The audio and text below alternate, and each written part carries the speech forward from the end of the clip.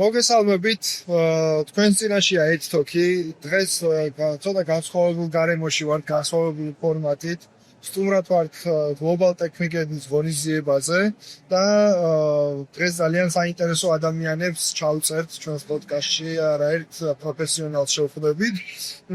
მინდა გაგაცნოთ ჩვენი სტუმარი მაია მაჭარაშვილი, რომელიც არის ალტას გაყიდვების და მარკეტინგის დირექტორი. მოგესალმებით. მოგესალმებით, მადლობა, კარგად, თავად გიგე. მეც კარგად, ცოტა უცნაურ გარემოში ვართ, გარშემო უამრავი ადამიანი მოძრაობს, გვიყურებს, სურათებს გვიღებენ და ძალიან ისეთი, ექსტრემალურ პირობებში გვიწევს პოდკასტის ჩაწერა. ჩვენ ზოგადად, ეთთოქი მარკეტინგულ თემებზე საუბრობთ ძირითადად და კამპანიებზე და ბრენდის კომუნიკაციებზე გვიწევს. ჩვენ სხვათაშორის ქონდა ერთი ეპიზოდი, სადაც ალტას კამპანიაზე ვსაუბრობდით. ძალიან საინტერესოა თქვენი გამოცდილება, თქვენი ხედვები, როგორია ზოგადად ალტას მარკეტინგი და მოგვიხევით უფრო მეტი ამ გუნდზე და თქვენს კომუნიკაციაზე. მადლობა.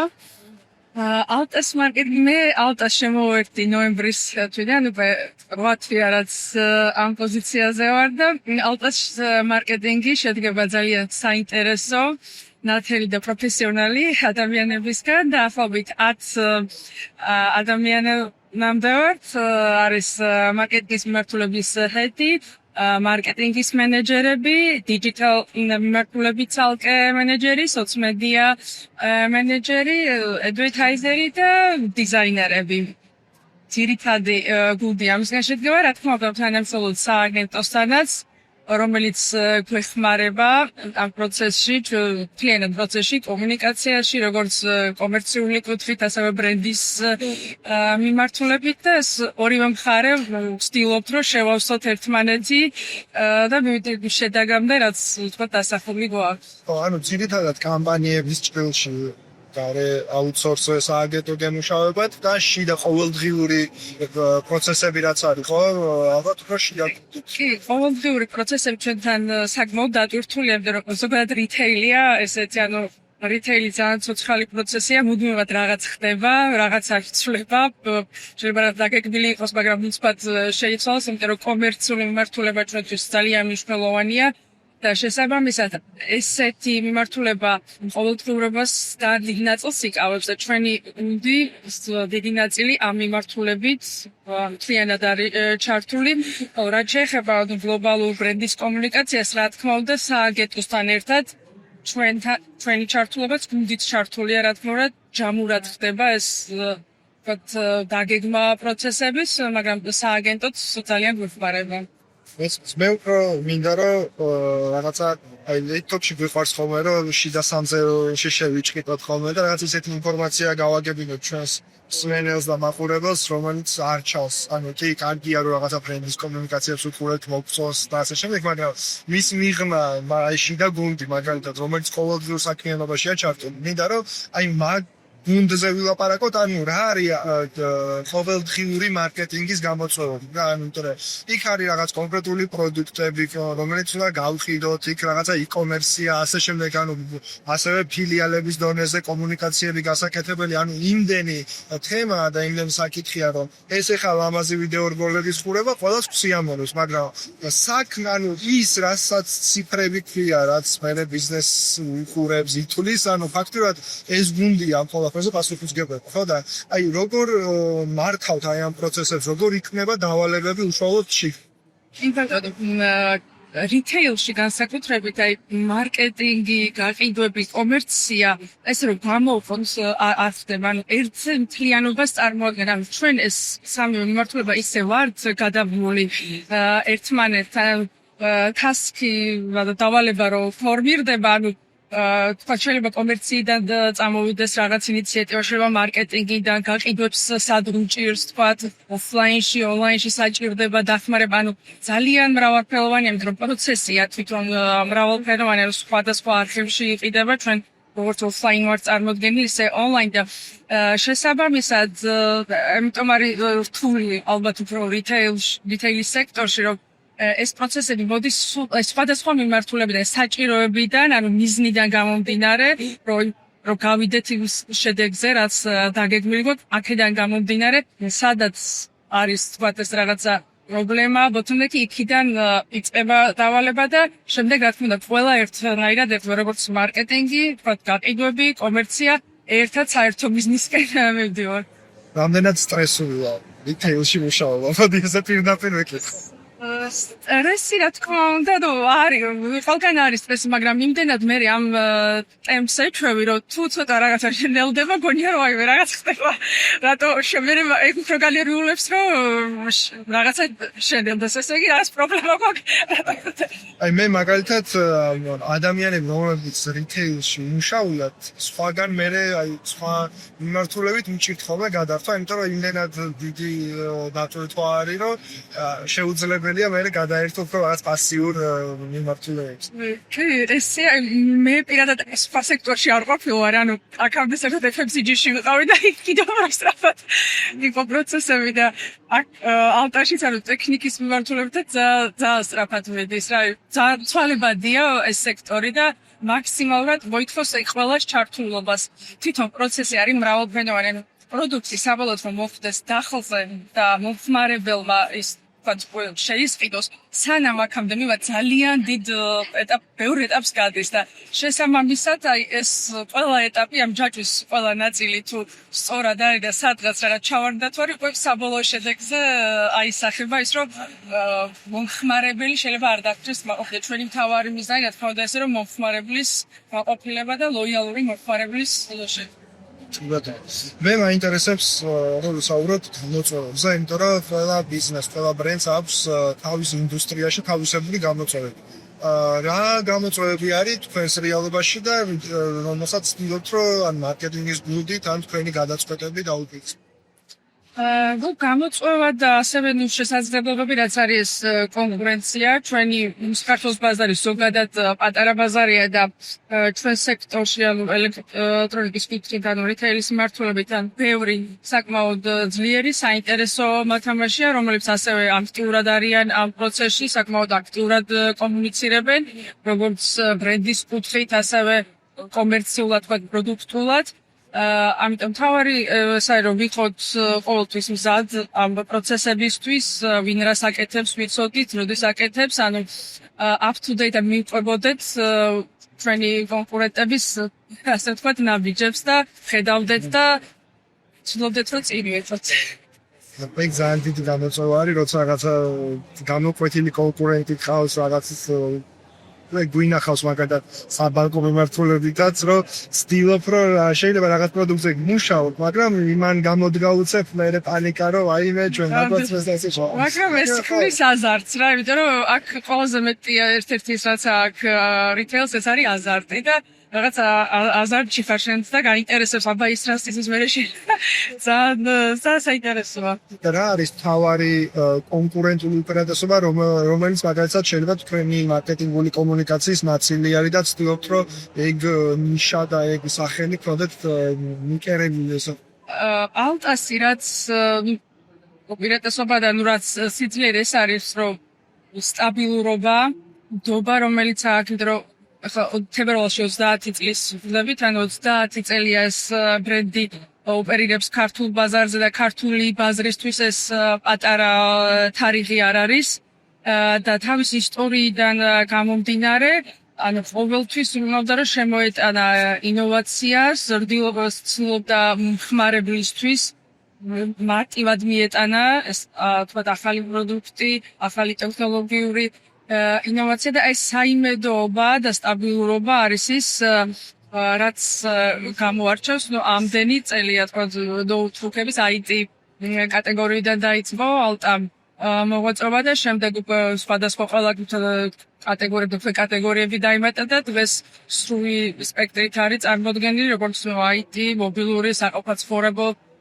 ტექნიკის მიმართულებით და ჩვენი მთავარი მიზანია და მისცე რომ გაუმარტივოთ მომხმარებელს ყოველდღიური ცხოვრება და გავიგოთ ის საჭიროებები, სად უჭირს, რა ჭირდება და მარტივად მივაწოდოთ და აუხსნათ, იმიტომ რომ ტექნიკა ისე კატეგორია რომ ოსმად ჭირდება დახმარება რომ აუხსნა და მიაწოდო ეს პროდუქტი როგორ უნდა გამოიყენო. მე დავამატებ ერთს, რომ ჩემთვის პირადად ძალიან მნიშვნელოვანია რომ ლოიალური ვიყო, როცა რაღაც კონკრეტული ტექნიკის შეძენას ვაკეთებ და ჯეროდეს ამ ბრენდის ხარჯში დგონის. იმიტომ რომ თუ მე რაღაცა პრობლემა შეიძლება შემოწმეს ამომავლოდ, ანუ უნდა ვენდობოდე ამ ბრენდს, რომ მე ჩემს გვერდში იქნება და ანუ ტექნიკის მიმართულებით ალბათ ლოიალურობა ყველაზე მნიშვნელოვანი არის, რომ რაღაცა მოიპოვო. აი ამ ნაწილს გავაგზელებ. ეხლა რეალურად ჩვენ ვსაუბრობთ ბრენდის შენებაზე, რა რომ ეს 30 წელი ახსოვე, ხო? რომელიც აი აგურ ასე ვთქვათ ეს ბრენდი თავის სახელს, იმიჯს აყალიბებს და ხშირად ბევრ ბრენდთან მქონია ეგეთი გამოცდილება, რომ ხანდახან გადაუხვევენ ხოლმე თავიანთ გზას, რაც მათ დნმ-შია, შეიძლება რაღაც სხვანაირი კომუნიკაცია აწარმოონ, სხვა მიმართულებით წარმართონ და საინტერესოა ალტას გზა, საით მიდის, რა გეზი უჭირავს და ბრენდი საით ვითარდება. ან თავარი ჩვენი მესიჯი რაც ბოლო წლებია ეს არის განახლების დროა და მე ვფიქრობ ზოგადად ეს მესიჯი ალტას იმთლიანად ამ ისტორიაში მოყვება შეიძლება ადრე ოფიციალურად არ ამბობდა მაგრამ მუდმივად ეს კომპანია ახლდებოდა დაიწყო ერთი პროდუქტით განვითარდა მიამატა და თავარი რასაც მიდის განახლების კუთხით ანახლებს და იგივე ის რომ თქვათ ამ წლების განმავლობაში გარდა პროდუქტისა ის ვეხმარებით მომხმარებელ სერვისთან ჩვენი და მომხმარებლის ურთიერთობა არ მთავრდება შესყიდვის პროცესში რომ ჩვენ გავყიდეთ პროდუქტი და ასე ვთქვათ მშვიდობებით ერთმანეთს არა ჩვენ ვაგრძელებთ ურთიერთობას ანუ ჩვენ ვზრუნავთ გაყიდვის შემდგომაც ანუ მოყვებით სახში გეხმარებით ანუ თუ რაღაცა პრობლემა გაქვს შემდგომ იმაშიც ვერთვებით ანუ ჩვენი სერვის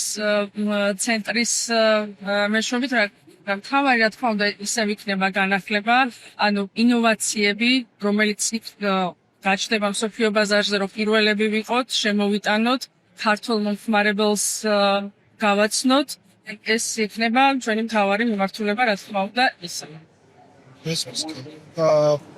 ნუ თავარი ალბათ ვერავნით ვერც დღევანდელ დღეს სადაც ვიმყოფებით ახლა ძალიან საინტერესოა ბრენდის ჭრილში რა მნიშვნელობა აქვს მსგავსი ტიპის ღონისძიებებში მონაწილეობას იმიტომ რომ თვითონ დასახელებითაც ტექთან ვართ ძალიან ახლოს და შინაარსობრივად ცხადია უკვე რომც არ მიპასუხოთ უკვე გძნობ მაგ პირდაპირ კვეთას თუმცა არ მინდა რომ კონკრეტულად ამ ღონისძიებაზე იყოს აქცენტირება უბრალოდ ჩემი კითხვა აქედან მომდინარეობს რომ განვაზოგადოთ რას ნიშნავს ბრენდისთვის რომ მიიღოს მონაწილეობა სხვადასხვა ტიპის ღონისძიებებში სხვადასხვა აუდიტორიების წინაშე გამოჩნდეს და აი ალბათ გავშვით კიდევ უფრო აუდიტორიებზე და სეგმენტზეც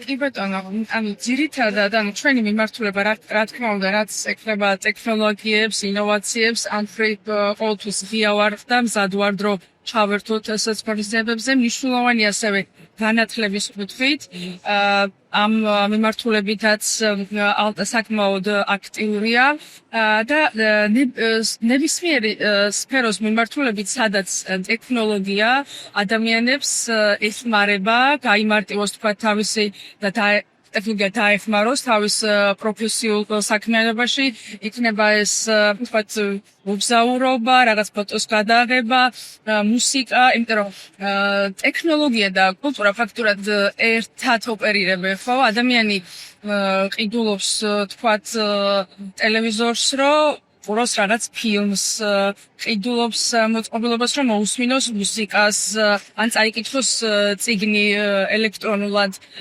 და შესაბამისად ან ჩაწეროს პოდკასტი და ჭირდება ტექნოლოგია და ასევე მეორე ხელოვან ადამიანებსაც კულტურის სექტორში ამუშავებებს ჭირდებათ ტექნოლოგია. ჩვენ ამ მიმართულებით, სადაც ტექნოლოგია ადამიანებს ეხმარება, გაიმარტივოს თავის საქმიანობა, ცხოვრება, ყოველმხრივ ჩართული ვართ.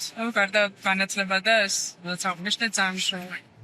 ვინ არის თქვენი ძირითადი სეგმენტი ძალიან ფართო კითხვას ვიცი უკვე ბრძნობს მაგდაცის იმიტომ რომ ყველა პროდუქტი ხარ რომელიც თქვენს მაღაზიაში არის ყავს თავისი კონკრეტული ნიშა, თავის კონკრეტული სეგმენტი, მაგრამ თვითონ ბრენდიდან გამომდინარე, იმიტომ რომ ამ კითხვას იმიტომ ვსვამ, რომ ძალიან პოპულარულია ეს ჯენზის კომუნიკაციები და ასე შემდეგ.